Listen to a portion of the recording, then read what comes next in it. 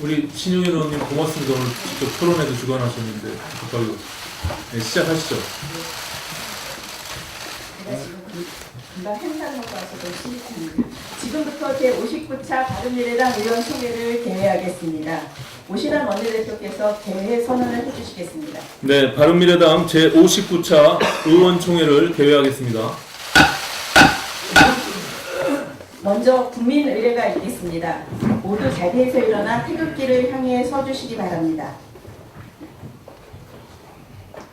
국기에 대하여 경례!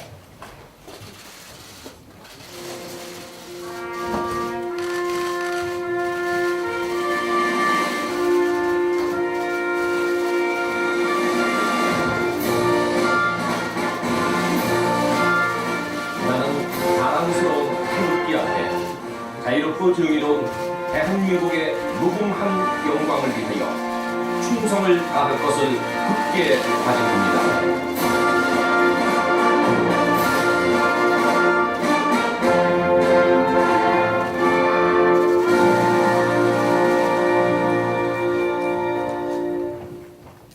바로 이하 의례는 생략하도록 하겠습니다. 자리에 앉아주시기 바랍니다.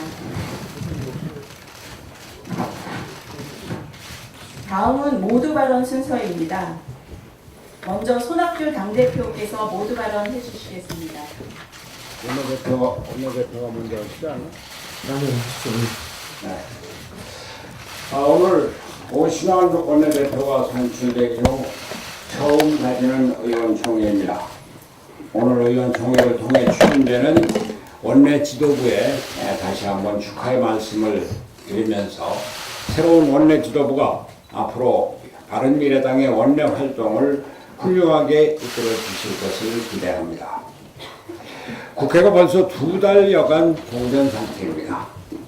오신환 원내대표가 국회 정상화를 위해 노력하고 있지만 거대 양당은 서로에 대한 막말과 비방을 계속할 뿐 어려워진 민생과 경제에 신임하고 있는 국민의 목소리를 듣고 있지 않습니다.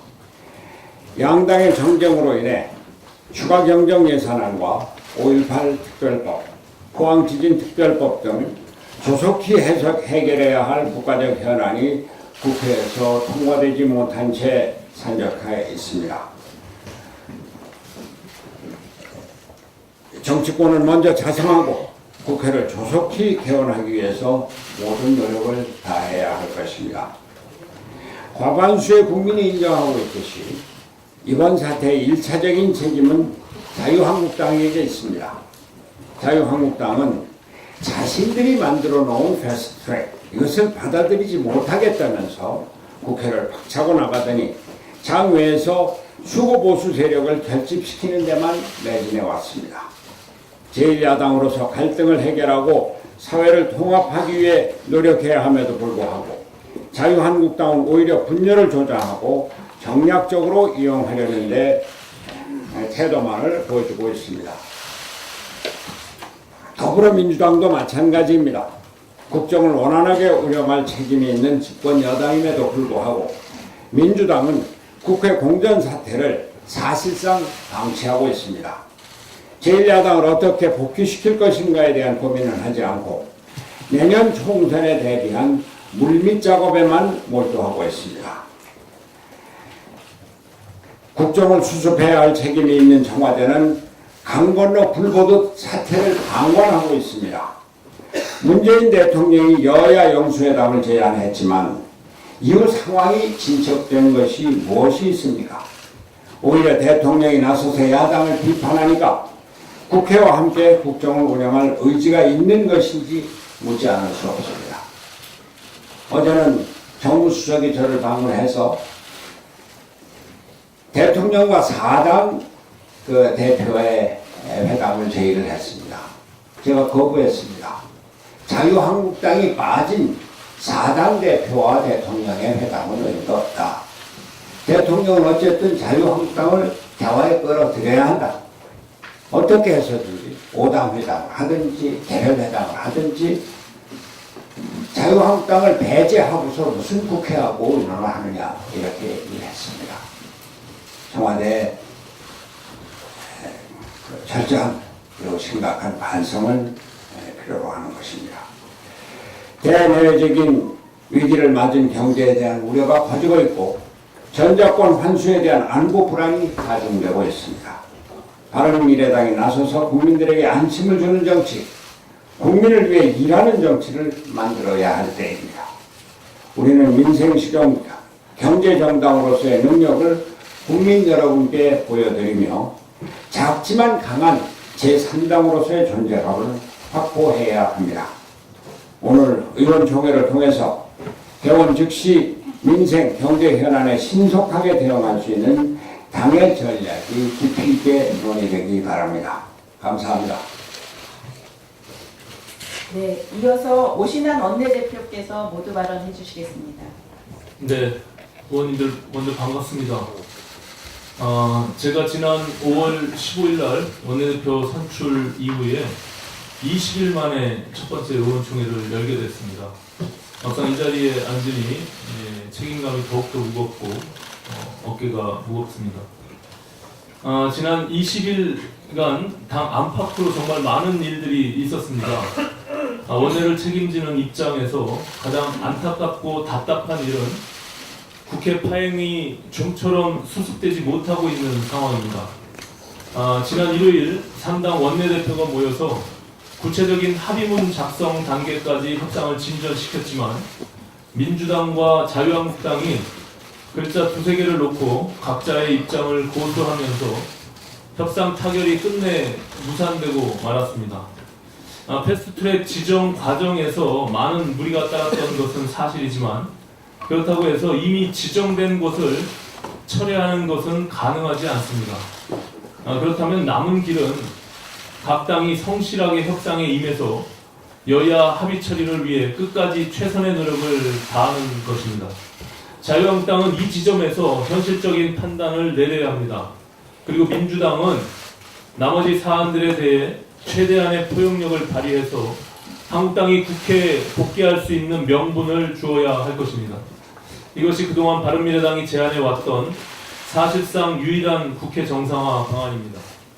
민주당과 자유한국당은 내년 총선을 앞두고 지지층 결집이란 눈앞의 이득에 집착하며 국회를 더 이상 만신창이로 만들지 말기를 바랍니다.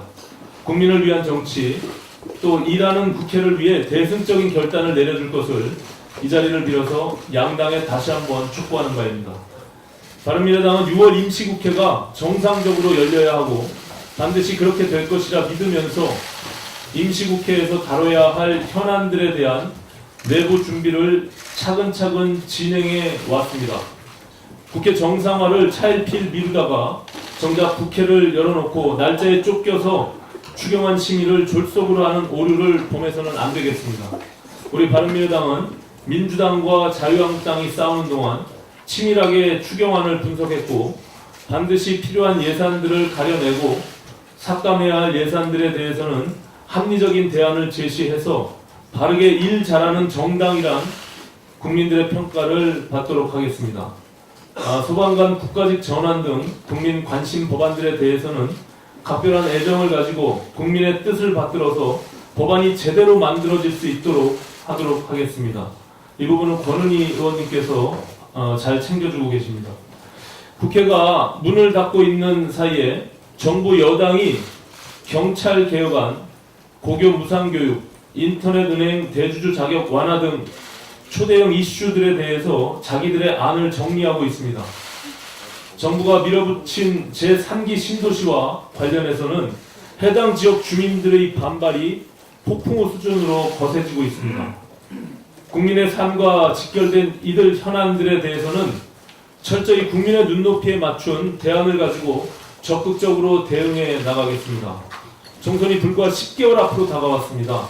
실질적인 우리가 일할 수 있는 기간은 앞으로 길어야 6개월입니다. 6개월 안에 화합, 자강, 혁신의 비전을 대내외적으로 보여주지 못한다면 바른미래당은 총선을 겨냥한 정계 개편의 소용돌이에 휘말리며 지금까지와는 비교할 수 없는 큰 위기에 봉착할 수밖에 없을 것입니다. 당의 명운을 걸고 모든 사안에 대해 한 땀 한 땀 정성을 다하겠습니다. 여러 의원님들의 고견을 지렛대 삼아 위기를 기회로 바꿔 나가도록 하겠습니다. 대단히 감사합니다. 네. 추가로 공개 발언하실 의원님들 계시면 네. 네.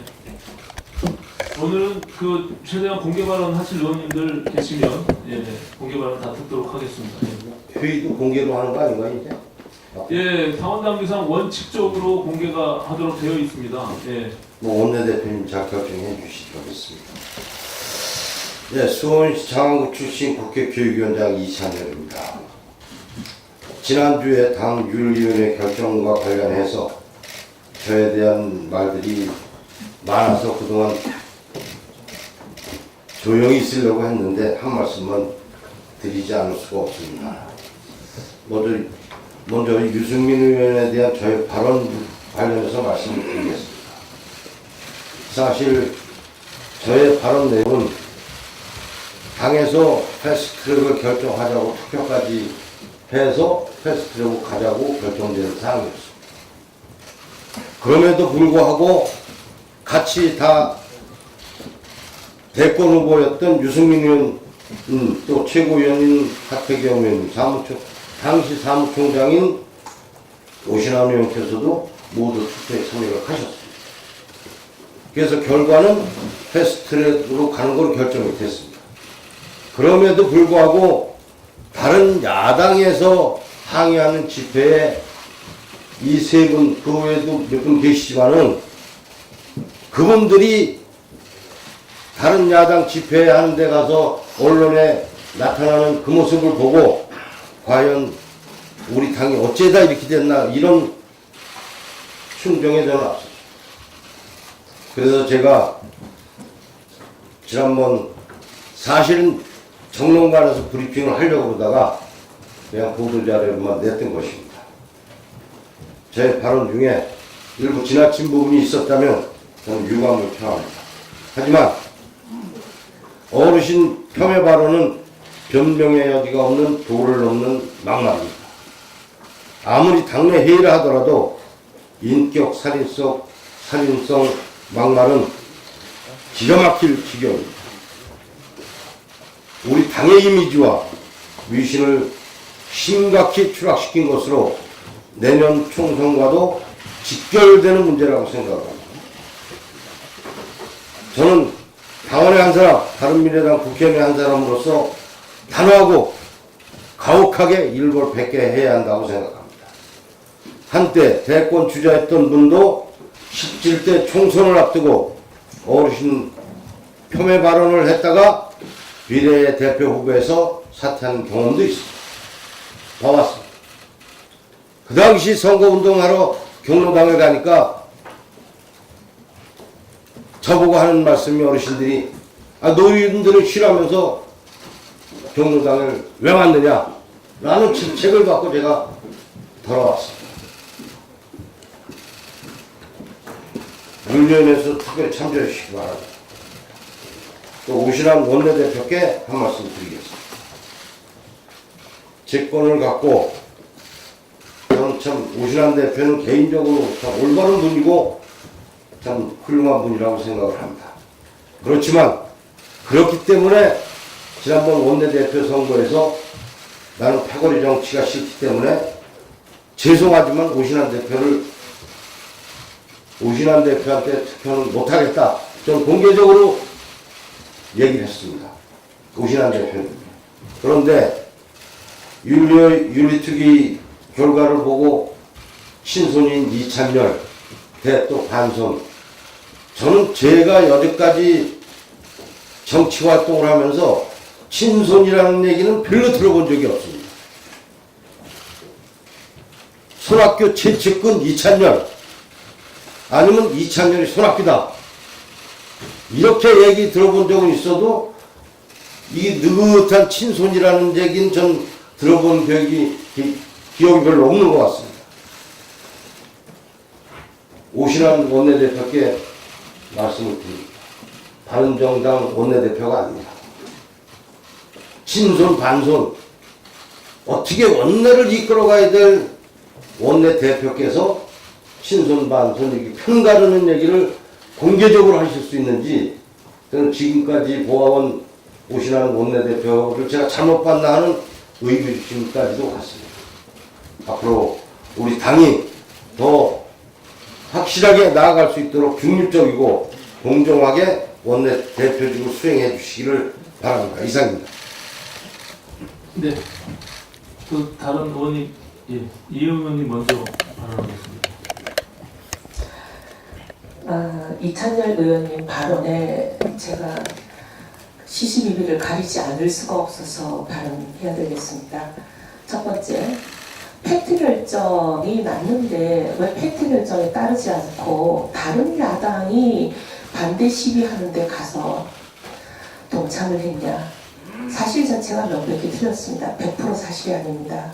분명히 그날 우리 여기서 결론을 내릴 때 과반으로 할 거냐 3분의 1로 할 거냐 먼저 투표를 했고 과반으로 하자라는 결정이 났을 때 찬성이냐 반대냐 팩트에 대해서 저희가 투표에 돌입하기 전에 분명히 따졌습니다.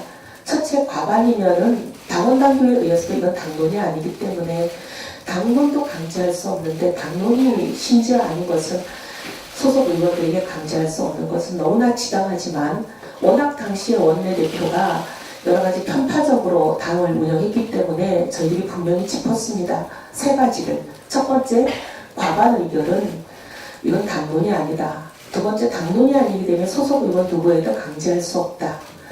강제할 수 없는 일이기 때문에 당론에 따르지 않는다, 당론이 아니라 그 당의 결정에 따르지 않는다고 해서 사고 임할 수 없다. 이걸 분명히 약속받고 넘어갔던 일입니다. 약속을 안 받아도 당연히 지켜져야 되는 게 이게 세상 사는 이치인데 하도 편파적으로 운영을 하니까 심지어 약속까지 받았던 일이기 때문에 지금 이찬영 의원님이 그렇게 얘기하시는 것은 천부당 만부당한 일이고 사실이 아닙니다.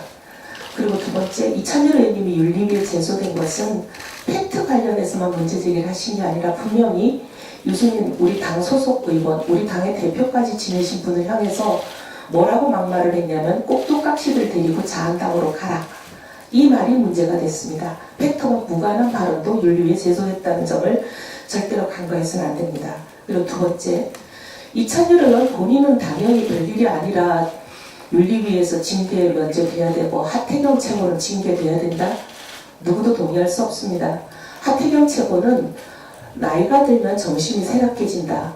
좋은 말이라고 볼 수는 없지만 어쨌든 그럴 수도 있는 얘기를 한 건데 당의 해당 행위라고 볼 수도 없는 겁니다. 근데 더 중요한 차이점은 하태경 최고는 3번이나 진정성 있는 사과를 했습니다.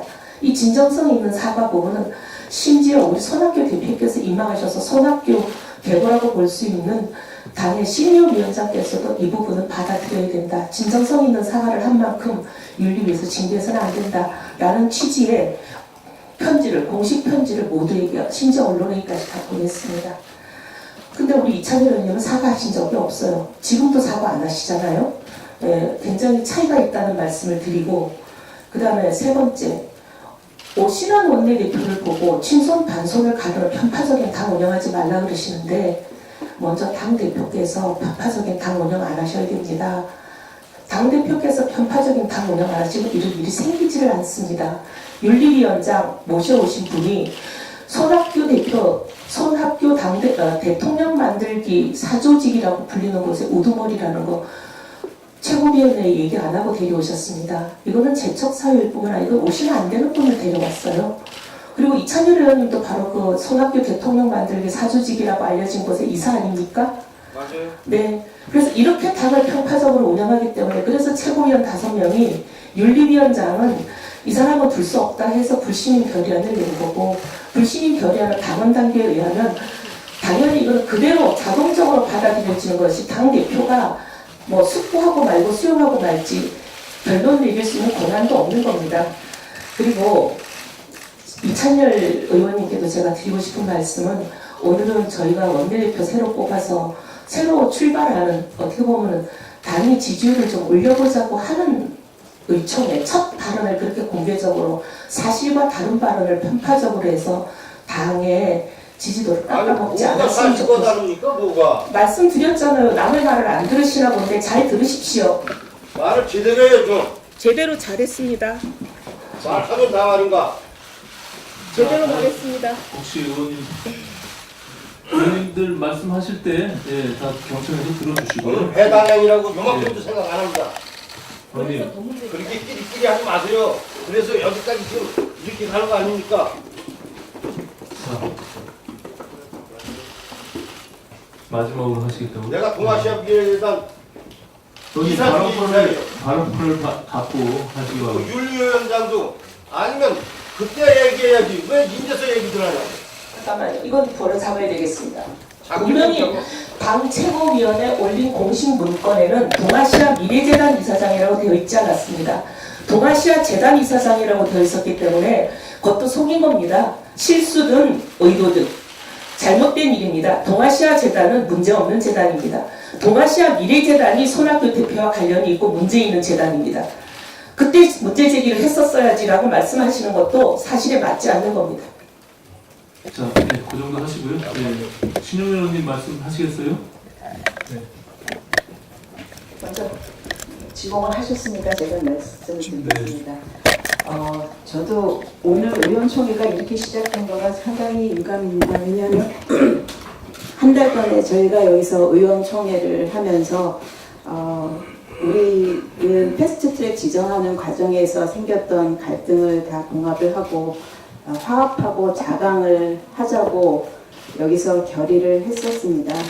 그래서 바른미래당의 이름으로 바른미래당의 창당 정신에 맞춰서 중도 실용 정당 그리고 민생을 생각하는 정당으로 출발을 하자고 여기서 다짐했던 거를 기억을 하고 있습니다.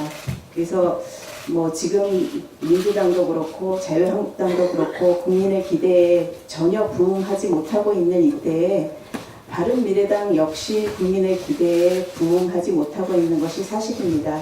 그래서 새로운 원내대표를 뽑았으니 새로운 원내대표를 중심으로 이제야말로 실용정당, 민생정당, 정책정당의 모습을 보여줄 수 있는 의원총회가 될 거라고 기대를 하고 저는 참석을 했는데 지금 이제 좀 시작이 이렇게 돼서 굉장히 유감이라는 말씀을 먼저 드립니다. 지난 한 달 동안에 사실은 저희가 한 달 전에 결의한 것처럼 화합의 수순으로 왔느냐 하면 그렇지는 못했던 것 같습니다. 그래서 잘 아시다시피 저희 6 의원들이 모여서 사실은 결의를 했었습니다. 어떻게든지 당이 갈등하는 모습을 계속 보이기보다는 정권혁신위원회를 만들고 전에 손학규 대표께서 제안하셨던 대로 정병국 의원을 혁신위원장으로 모시고 갈등하는 그것을 수습하고 새로 혁신하는 새로운 화합의 모습을 보여줄 수 있지 않을까 해서 제안을 했었습니다. 아직도 저는 그 제안이 유효하다고 생각을 하고요. 저희가 그때 6명이 모여서 그런 결의서를 냈을 때는 그래도 최대한 그 공약수라고 하나요? 여러 의원님들이 받아들일 수 있는 안을 저희가 생각을 해서 제안을 한 겁니다. 그래서 제가 다시 한번 부탁드리건데 뭐 대표님이나 뭐 여러 번 노력을 하신 것 알고 있고 하지만 국민들이 이제 기대하기에는 뭐 어젠가요? 오늘인가요? 저희가 이제 보니까 바른미래당이 새 얼굴을 보여주는 게 좋겠다 하는 모습도 나왔고 해서 저희가 6명이 제안을 했던 그 혁신안에 대해서 좀 제대로 논의를 하고 좀 받아주셨으면 하는 부탁을 드리고요.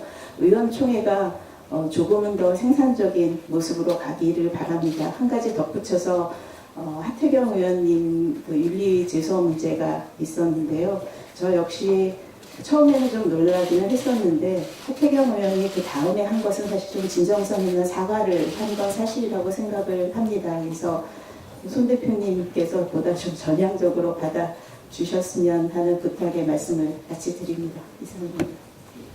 오늘 원내 의총에 내용은 굉장히 많이 준비를 했는데요. 네, 그 앞서 의원님들 뭐 공개 발언은 충분히 시간을 갖도록 하겠습니다. 그 이후에 준비된 것들 또 진행하도록 그렇게 하겠습니다. 혹시 또 발언하실 의원님들 계시면 지상욱 의원님 말씀하시죠.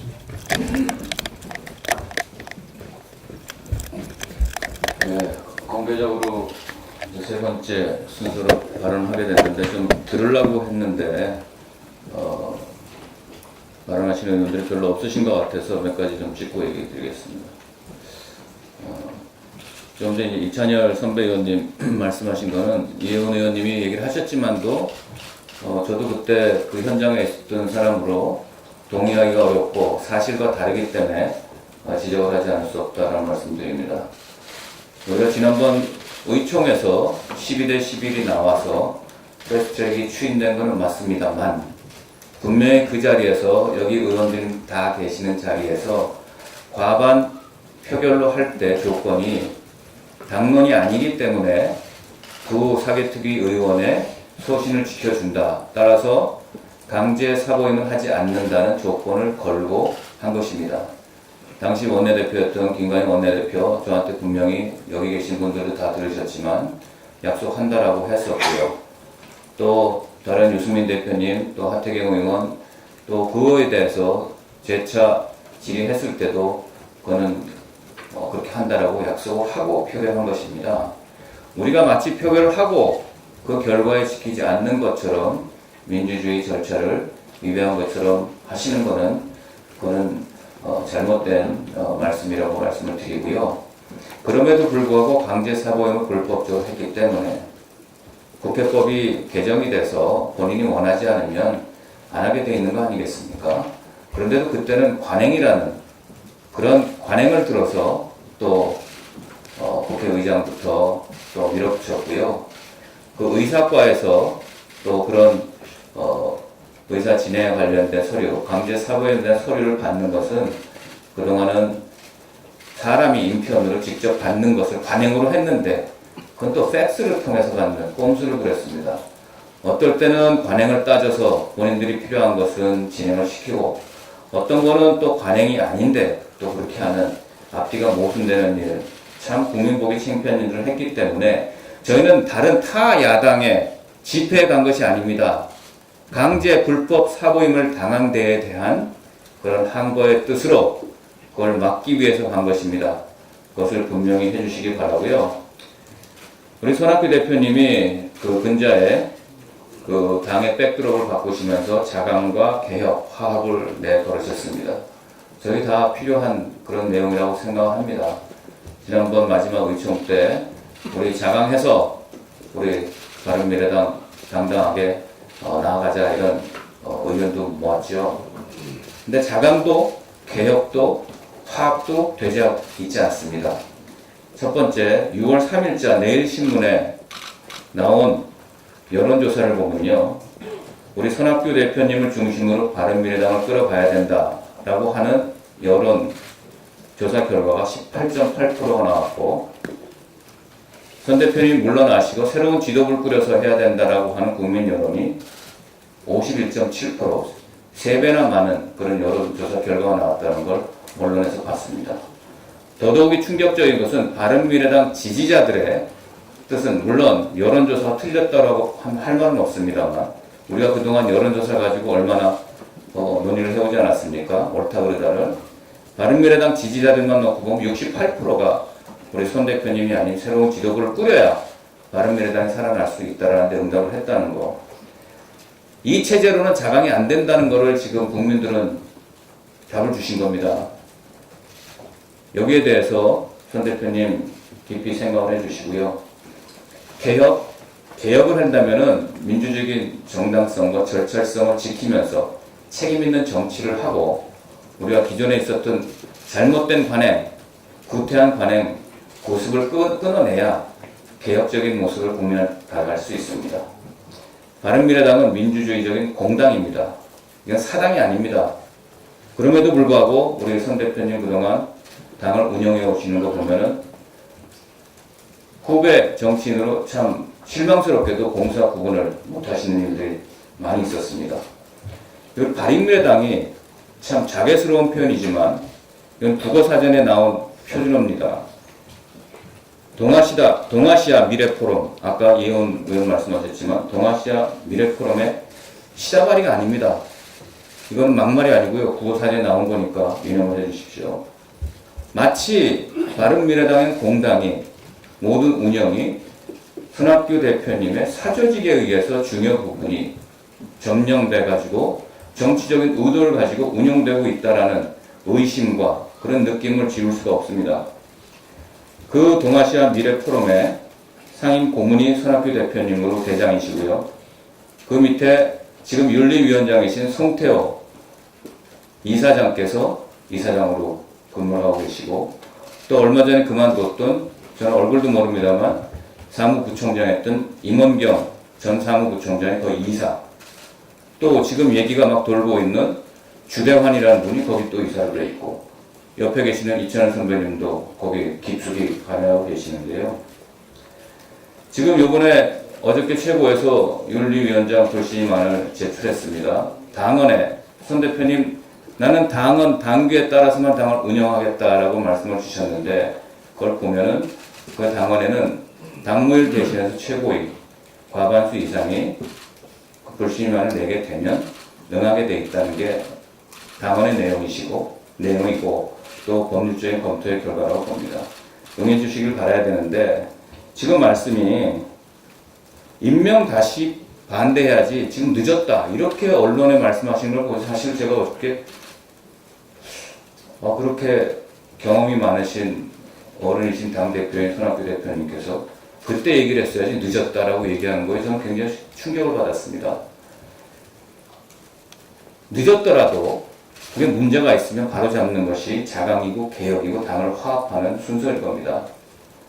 우린 그 당시에요, 동아시아 미래재단이라고 되어 있지도 않았고 동아시아 재단이라고 되어 있었던 그것에 정말 손학규 대표님의 사조직이라는 거 인지하지 못했습니다. 몰랐습니다. 그래서 반대할 수가 없었습니다. 이름 자체가 정확치 않았기 때문입니다. 두 번째, 알았으면 그때 반대했겠죠. 또 손학규 대표님께서 설령 그렇다고 하더라도 그렇게 사조직을 이용해서 당을 민주적이지 않고 또 이렇게 불공평하게 당을 운영하실 거라는 건 상상을 하지 못했습니다.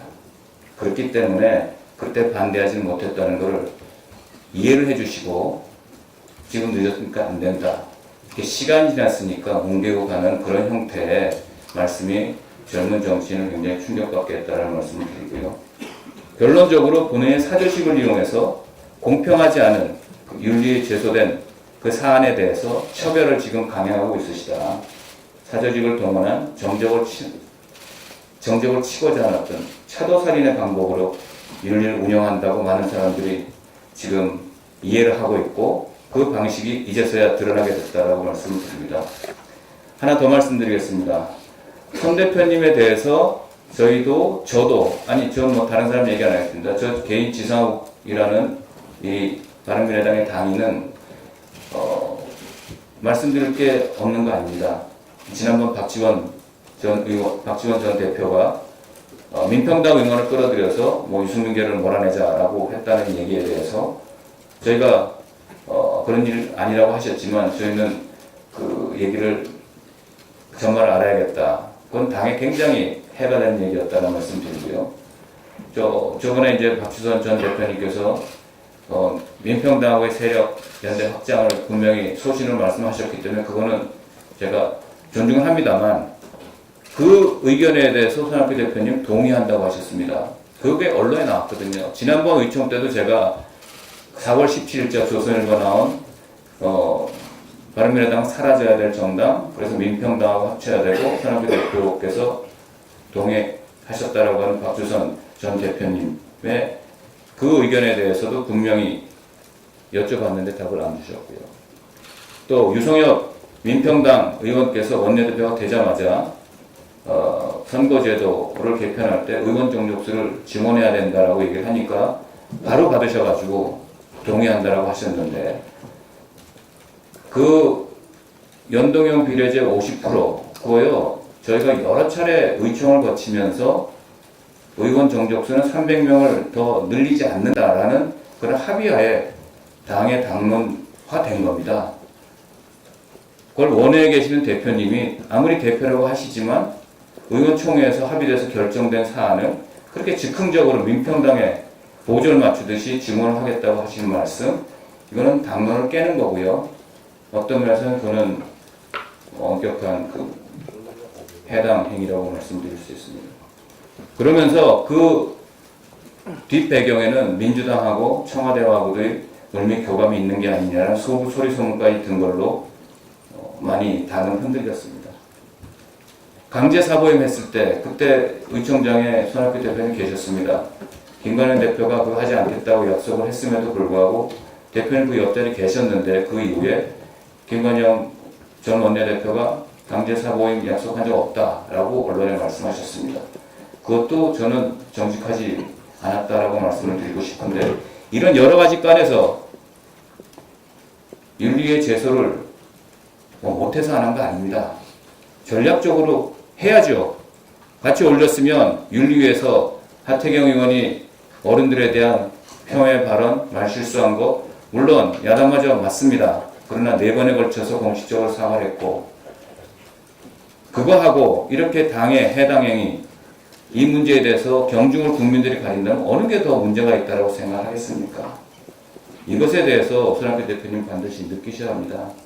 이런 모든 것들이 이 바른미래당이 창당될 때 개혁적 보수와 함량이 중도의 정당으로 바르게 미래를 가자라고 했던 것에서 벗어나서 정체성의 혼란을 겪으면서 이제 와서는 내년 총선을 앞두고 자꾸 호남 신당으로 가자라는 그런 급속한 휩쓸림, 그런 움직임이 있었기 때문에 당이 혼란해오고 화합이 깨졌다. 다시 말해서 자강, 개혁, 화합이 다 이루어지지 않는 대표님께서 내건 슬로건 3개가 다 이루어지지 않는 데 중심에 대표님이 계시다. 그래서 국민들은 51.7%나 되는 새로운 지도부가 지금 대표님 체제를 지키는 것보다 3배나 많게 그런 의견을 표출하고 있다는 걸 느껴주시기 바랍니다. 이상입니다.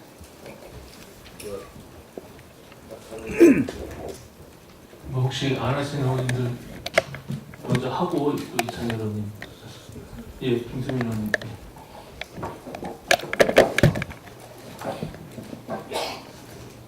지금 우리 당이 그 이름처럼 바른 미래당으로 진보를 하느냐, 바른 과거당으로 퇴보를 하느냐의 생사의 갈림길에 서 있다고 생각을 합니다. 이는 당초에 혁신안을 제안했던 이제 저를 포함한 6인의 의원님들뿐만이 아니라 이 자리에 참석하신 모든 의원님들과 우리 당원들 또 심지어 국민들까지도 모두 공감하는 내용일 것이라고 생각을 합니다. 이념이 아니라 민생, 정쟁이 아니라 정책 정당이 우리 바른미래당이 제일 잘할 수 있고 잘해야 하는 것이 혁신이라고 생각을 합니다. 집권 여당과 자유한국당이 똑같이 못하는 것이 바로 이 혁신입니다. 자유한국당은 아예 혁신에 관심이 없는 정당이고 또 더불어민주당은 혁신 성장이라는 말뿐인 정당이기 때문입니다. 지금 우리가 혁신을 해내지 못한다면 또 지금 당장 혁신위를 결정 내리지 못한다면 저는 바른미래당의 간판을 내려야 된다고 생각합니다. 민주당이나 한국당이나 다를 바 없는 바른 과거당이 되고 말 것입니다. 우리가 혁신과 자강을 통해서 국민들에게 용기가 되고 여성과 청년들, 사회적 약자들에게 희망이 되고자 한다면 지금 결단을 내려야 합니다. 따라서 금일 의원총회 추가 안건으로 혁신위 구성에 관한 건을 상정하여 논의해 주실 것을 정식으로 원내대표께 요청드립니다.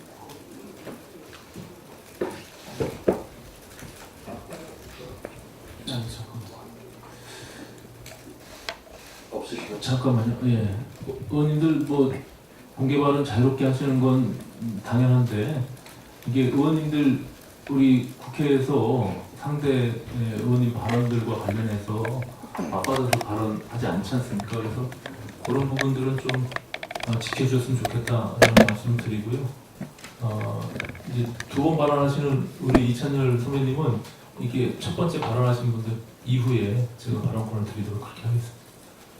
유희동 의원님, 그리고 앞서 김수민 의원님이 제가 듣기로는 이제 추가 안건을 오늘 제안을 해주신 걸로 받아들이겠는데 어떻게 되는 거?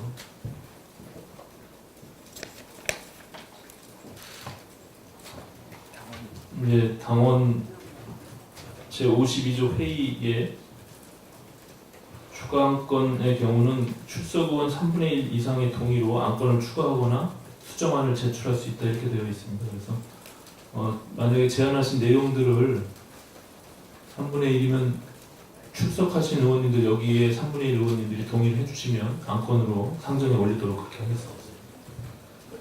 예, 유희동 의원님. 그 김수민 최고위원님께서 제안하신 것에 저는 찬성합니다. 손학규 지도부, 손학규 체제라고 불리우는 지금 현재의 바른미래당 지도부가 출범하게 된 그 의미는 지난 지방선거의 패배로부터 우리 당이 어떤 교훈을 얻어야 되고 그 교훈을 얻은 것을 바탕으로 당의 비전 그리고 희망 이런 것들을 찾아야 한다는 당원들의 절박한 요구였다고 생각을 합니다.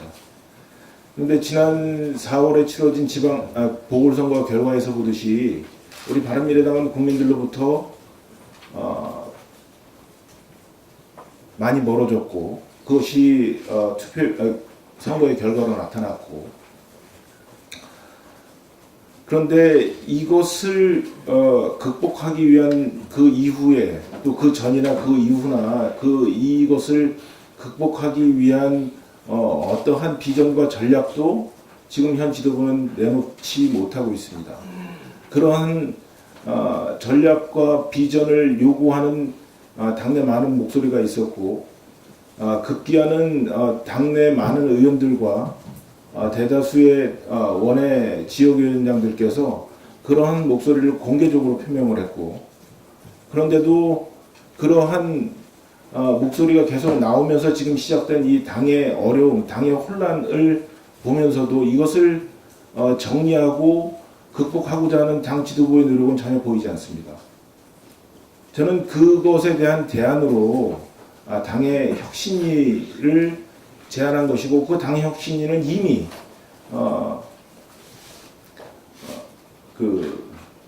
손학규 대표께서도 예전에 한번 말씀을 하신 적이 있고 그렇기 때문에 당 혁신위는 즉각적으로 받아들여져야 될 것이다.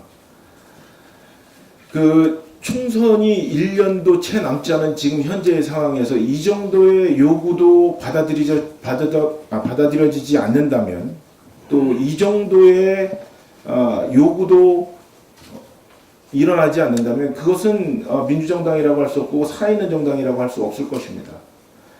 그렇다고 본다면 이 혁신위는 단순히 고양이를 그리는 혁신위가 아니라 호랑이를 그리는 혁신위로 태어나야 되고 그러기 위해서는 혁신위가 혁신의 대상으로 삼는 그 내용에 대해서만큼은 그 어떤 제한도 있어서는 안 될 것이다 라는 생각을 합니다. 그런 차원에서 김수민 의원님을 포함한 6분의 의원님들께서 제안하신 당의 혁신위, 정권 혁신위에 대해서는 저는 전적으로 찬성을 하고 그 안건을 오늘 의총에서 적극적으로 다뤘으면 하는 바입니다. 이상입니다.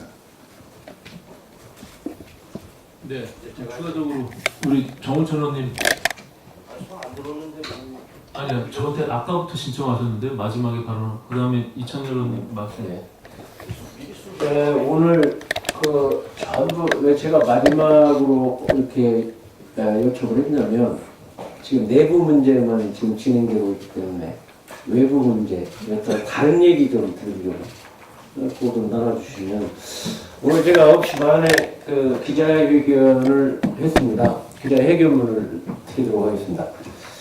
지금 우리가 이렇게 네 분이 있는 사이에도 지금 알다시피 대한민국 국민은 대기업, 중소기업, 심지어 소상공인까지 정말 어렵다고 합니다. 근데 2달 동안 국회가 막혀 있는데 그걸 해결할 주체가 저는 바른미래당이 되어야 된다고 생각합니다. 그래서 오늘 그런 바른미래당이 그러한 일을 해나갈 수 있는 대안을 오늘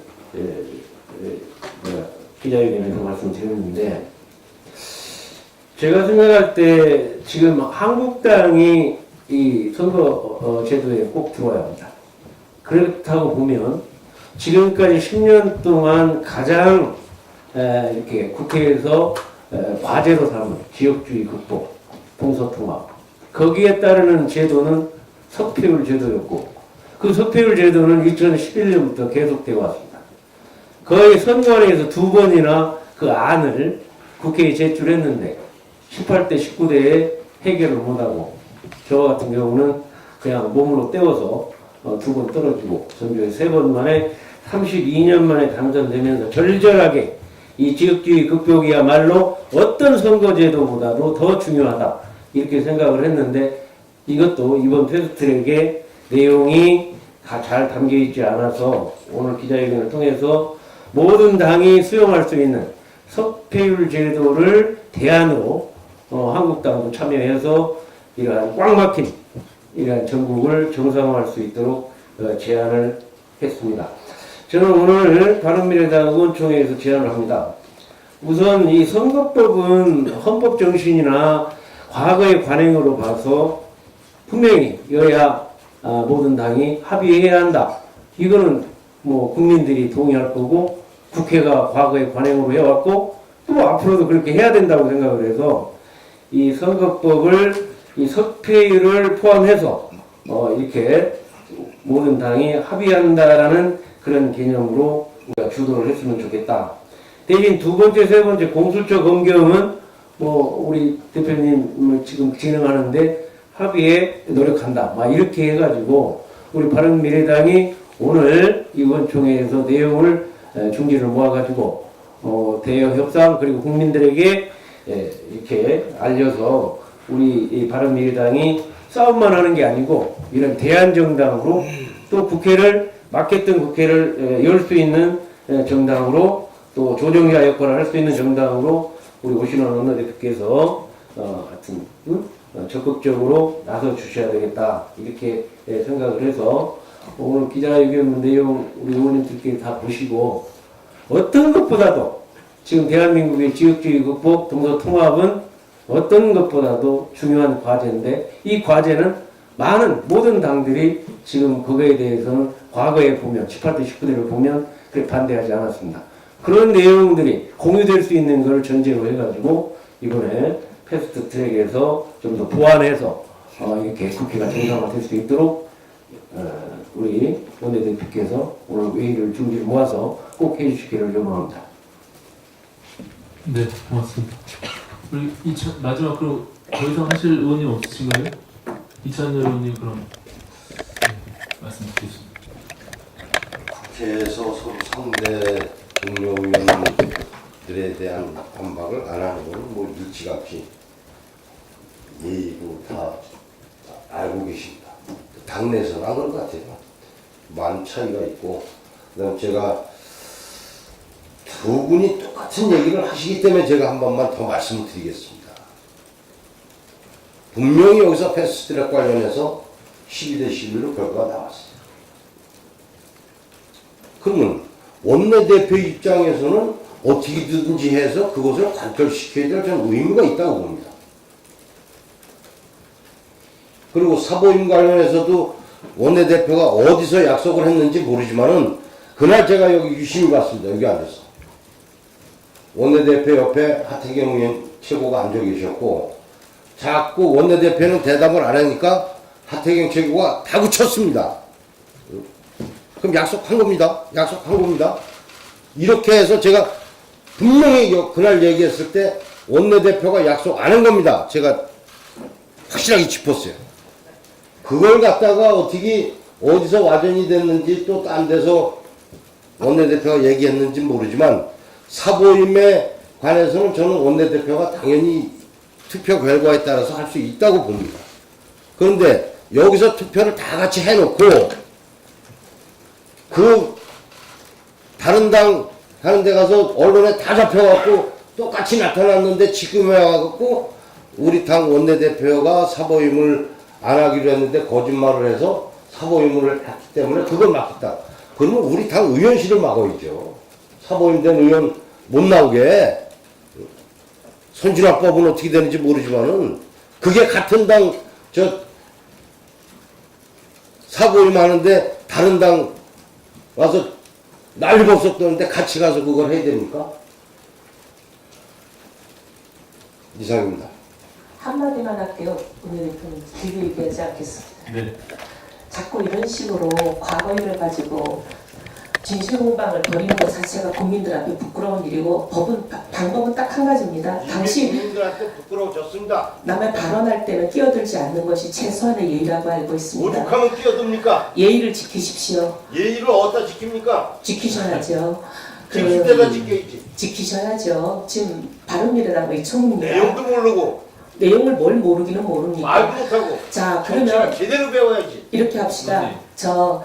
녹취록을 공개합시다. 녹취록 공개해달라고 김관영 원내대표께 그렇게 수없이 요청했는데 김관영 대표가 저희들의 그 요구를 묵살했습니다.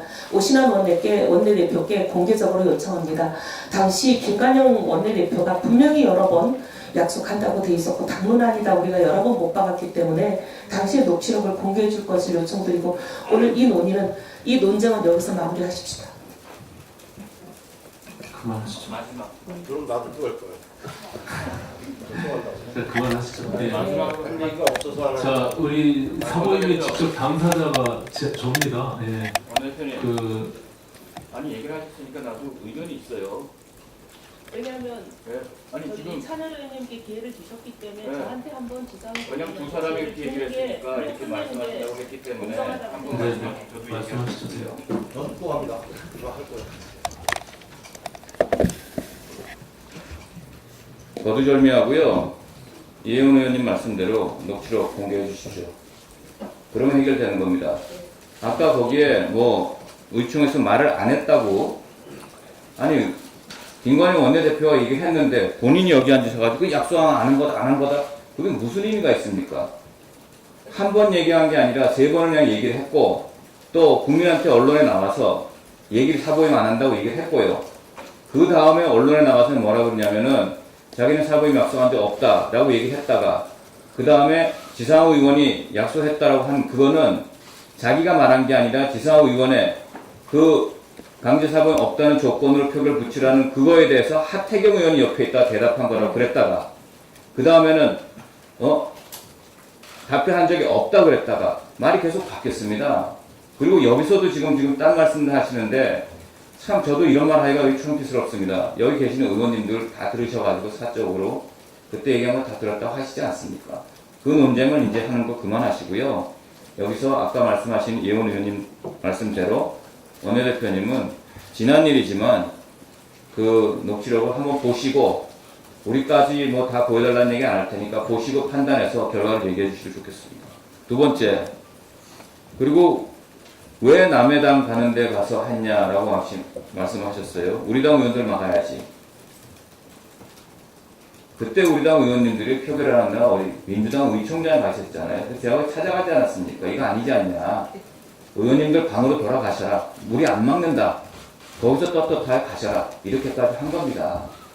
이렇게 거두절미하시고 의원들의 노력을 이렇게 경시하시면서 그렇게 하시는 거는 앞뒤가 맞지 않으니까 그 정도 얘기하시고 이번에 대해서는 우리 원내대표님이 녹취록을 보시고 판단해서 의원님들 결과를 얘기해 주시는 걸로 정리하십시다. 네. 찬 의원님 바로 하시겠어요? 네. 또 한다고 그랬잖아요. 예. 그럼 예, 마지막 발언으로 하겠습니다. 하려고 그러다 보니까 기도 막히고 별 하고 싶은 마음도 안 생깁니다. 마지막으로 제가 드리고 싶은 건 이걸로서 끝내고 우리 당이 어떻게 하면 살아나갈 수 있을지 아까 신용현 의원님 말씀을 저는 전적으로 공감을 합니다. 네? 그렇게 해서 잘 살아나갈 수 있는 방향으로 하고 저는 이제 앞으로 제 속마음으로 다짐을 하고 있습니다. 공개 발언 이제 안 하겠노라고 다짐을 하는데 또 경우에 안 맞는 일들이 벌어지면 전 또 합니다. 네. 이상입니다. 고맙습니다. 자, 공개적으로 발언하실 의원님들 더 이상 없으면 비공개로 전환하도록 하겠습니다. 비공개 전환 전에 오늘 중요한 20일 만에 이제 요청을 하게 되는데요. 원내 부대표단 추인의 건이 있습니다. 그래서 우리 원내 수석께서 제안 설명을 하고 의원님들 공개된 장소에서 추임하도록 그렇게 하겠습니다.